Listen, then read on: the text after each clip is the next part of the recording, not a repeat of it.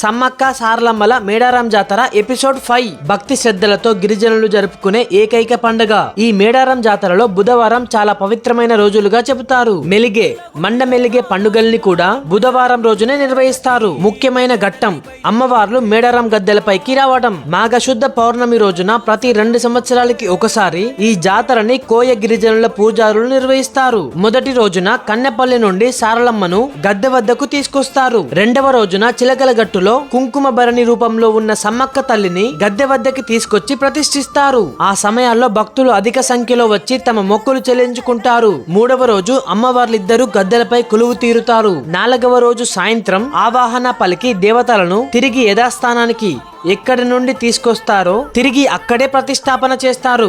ఈ జాతరను వంశపార్యపరంగా వస్తున్న గిరిజనులు మాత్రమే పూజారులుగా వ్యవహరిస్తారు. భక్తులు అమ్మవార్లకు బంగారంగా బెల్లాన్ని నైవేద్యంగా సమర్పించుకుంటారు. గిరిజనులే కాక దేశ విదేశాల నుండి కోట్లాది భక్తులు వచ్చి ఈ జాతరలో పాల్గొంటారు. మీరు కూడా ఈ సంవత్సరం జాతరలో పాల్గొంటున్నారా? పాల్గొంటే తప్పకుండా కామెంట్ చేయండి.